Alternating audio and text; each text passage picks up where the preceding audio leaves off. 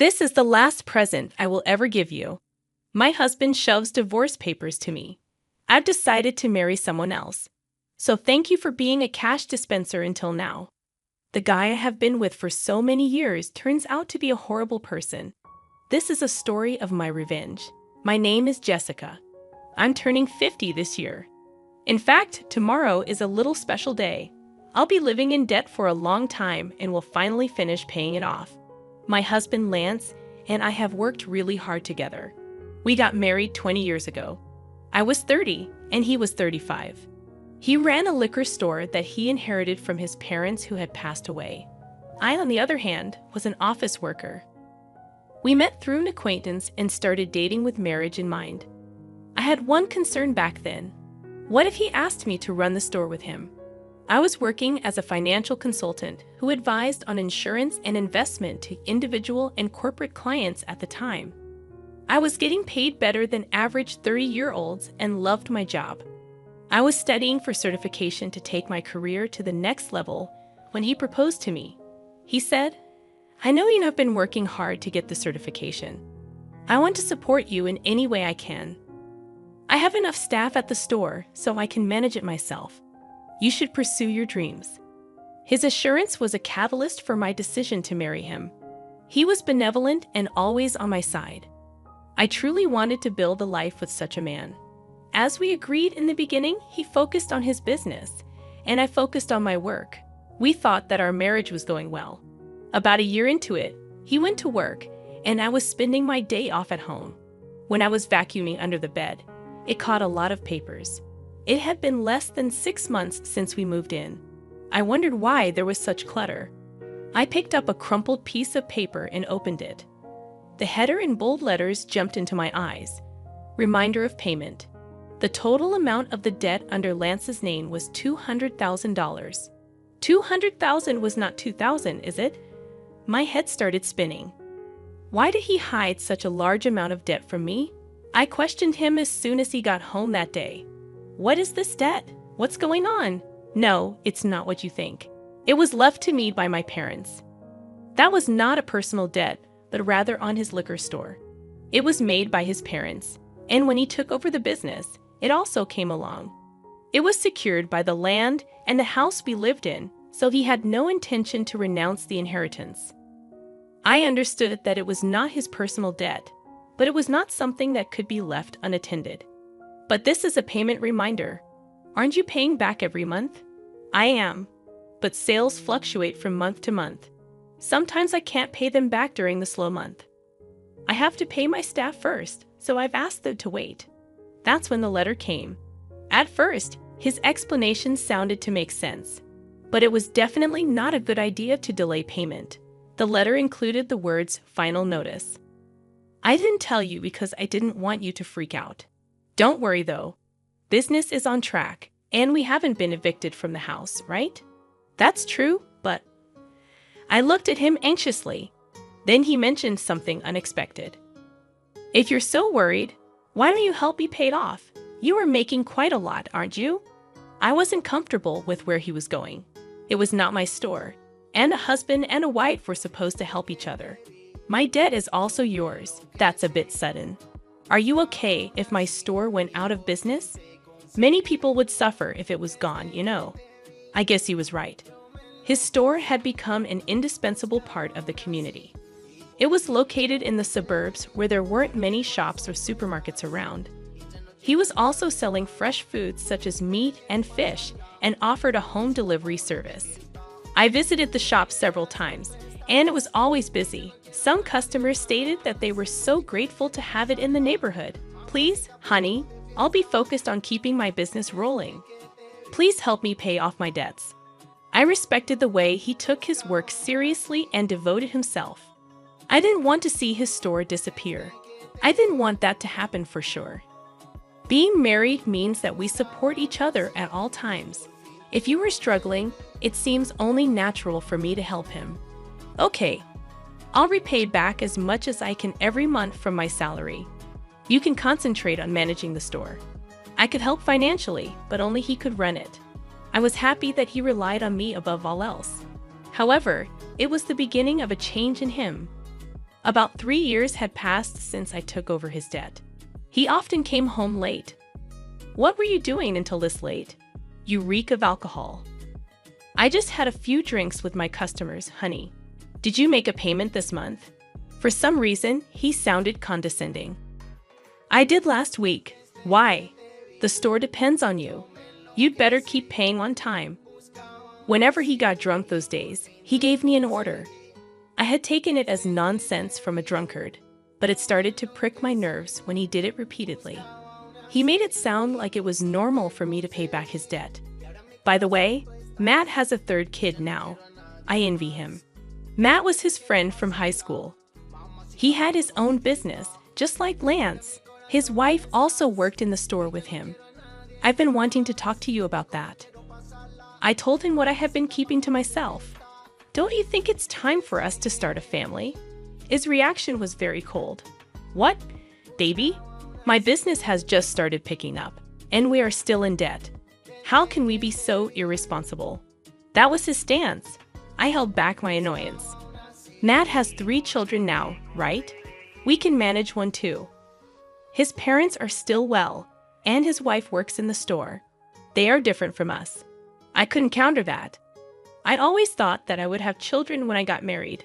My dream was crushed easily, so until I pay off all your debts, we can't have a baby.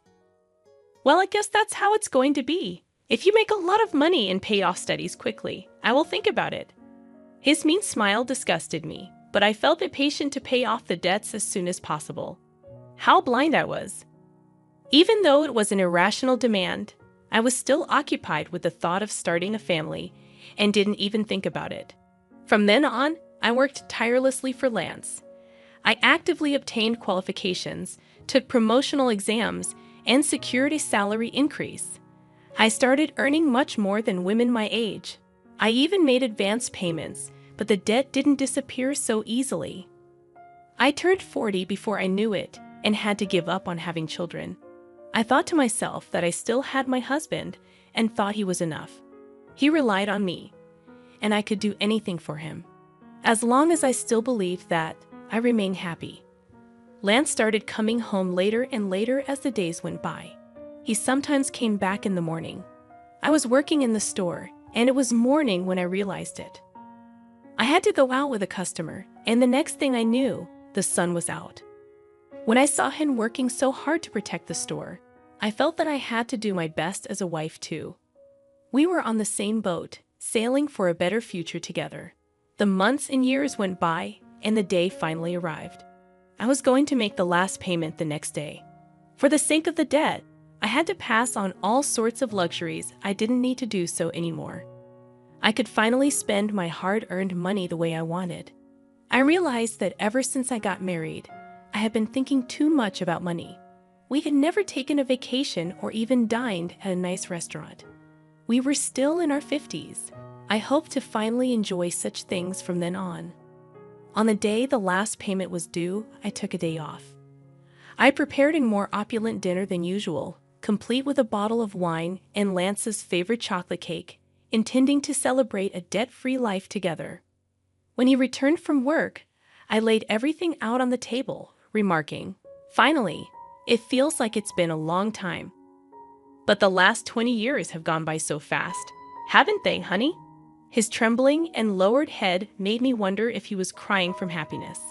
However, to my shock, he burst into laughter in a way I had never heard before. "What the hell is going on? Are you okay?" My supposed husband declared something outrageous. "You are dismissed now.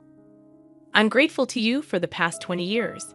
Thanks to you paying off all my debt, I'm a free man. Great job. I don't need you anymore." "What are you talking about?" I genuinely had no clue. He pulled out something from his bag. "This is my last present to you." Bold letters of a divorce petition stabbed my eyes. Proudly, he continued, "I've decided to marry someone else. So you are no longer of any use to me. Thanks for being my cash dispenser until now. You're getting remarried? Have you been cheating on me all this time?" I recalled his habitual late returns, citing work or socializing.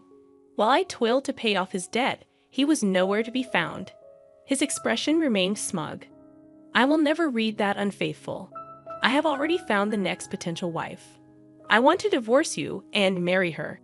That's why I have been waiting for you to clear my debt." Tears welled up at the absurdity. The feast I had prepared blurred before my saddened eyes. "Get the hell out of here." He handed me the divorce papers.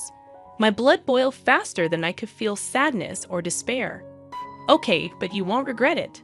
I forced out my voice. "No, I won't. Why would I regret divorcing an old hag like you? Old hag? If I were her, he would be an old fart. Did he think he was still young?" His misconception was so ridiculous that I regained composure and accepted the divorce papers. "I'm going to take this with me for now, and I'll be in touch." I packed my belongings and left the house. How could my 20 years of marriage come to such an easy end? Finally alone, I shed tears of emptiness and frustration. Later, I asked my attorney for a divorce agreement, sending it to Lance. I also requested a background report on his bride-to-be. Shortly after, he called me. "Hey, Jessica, what the hell is this document?" He sounded furious. I could imagine his face turning bright red even over the phone. Contrasting his fury, I remained calm. "That is a divorce agreement. What about it?" "I know what it is. What I'm talking about is this loan agreement. Why do I have to pay you back?" He sounded distraught, yelling, "This is crazy. This is not right." Referring to the repayment of the loan between spouses during the marriage, he protested against returning the money I paid on his behalf. "This is ridiculous. You decided to do it out of your goodwill, didn't you? Why are you digging up the past?" "What do you mean?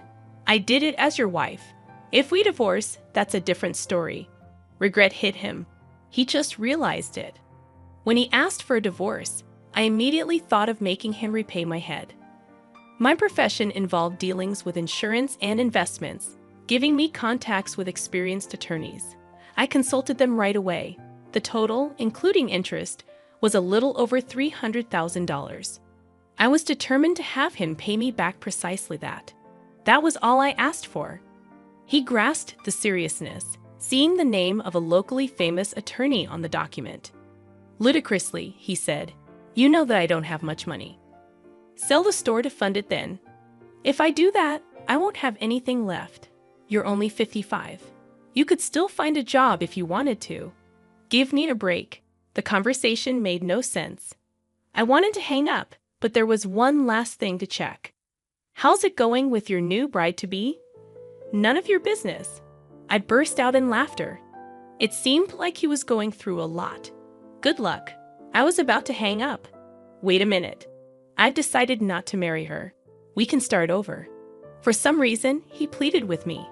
I yelled my last words and hung up. "Start over? Don't kid yourself. I don't want you. I had been married to such a man for 20 years. Did I look more ridiculous than him in the eyes of others? I respected him until the divorce. I had watched him work hard for the store and his customers. 20 years later, I realized he was just a fool. The mentioned remarriage started with innocent flirtation with a part-time university student, Melissa. "You are so cute, Melissa. Will you be my wife?" She played along, jokingly replying, "Well, I would think about it if you let me be a full-time housewife." The truth was, he believed she was serious. Marrying a man nearly 40 years her senior seemed like a mere joke to her. It turned horrifying when he persistently pressed her to marry him, leading her parents to intervene and obtain a restraining order against him. Reading the private investigation report, I laughed so hard I hyperventilated. When he came home late, I assumed he was working hard, unaware of the truth. Instead, he was hitting on young girls at bars and strip joints, boasting, "I'm surprisingly popular with young girls. I'm a salesman, so I have this easy-to-talk-to aura and get along with them. And I'm told that I look younger. Don't you think so?"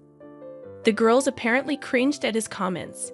With no use for his older wife and viewing me only as a cash dispenser, his misconceived self-image turned him into a somewhat laughable stalker who almost got in trouble with the police. Perhaps it would have been better if he had cheated on me. Unfortunately, he couldn't even find a mistress. The reason behind his pursuit of a young girl was his friend Matt having a grandchild. Matt recounted, "As soon as he saw my grandchild, he said he wanted to have a child himself. I scolded him, saying he shouldn't say such a thing. You have been paying his debt for him." He was absolutely mortified. "I'm glad I didn't spend my golden years with that man," I muttered. My divorce finalized, and despite unclear property division, he gave up due to my attorney's reputation. I wondered how such a gutless person had stayed in business. He sold the store to pay me back. Fortunately, just before the sale, his employees abandoned him. Customers frowned at him for giving up a family business. When they learned the reason was to pay his ex-wife, shock spread through the community. He got what he deserved when he demanded a divorce. A true story that sounded like a comedy circulated. Even if he hadn't sold the store, the bad publicity would have affected his business. Selling before bankruptcy was probably a blessing. The money wasn't enough, so he still works part-time to pay me back. Sometimes he messages, "It was all my fault. Can we get back together?" Even after blocking, he calls from different phones. "If you contact your ex-wife any further, we'll file a restraining order," warned my attorney. The calls stopped. He is terrified of the attorney. Guess what I do now? I'm a marriage counselor. Turning 50, I joined my friend's matchmaking business. I quit my previous job, helping singles find a match, offering advice on finances, insurance, etc. Couples appreciating frank discussions from the beginning increased our membership. Having been through a lot, I don't want them to make the same mistakes I did. Though my salary is lower, I enjoy helping others be happy every day. I found happiness after getting rid of my ex-husband. Today, I'm a bridge to someone else's happiness.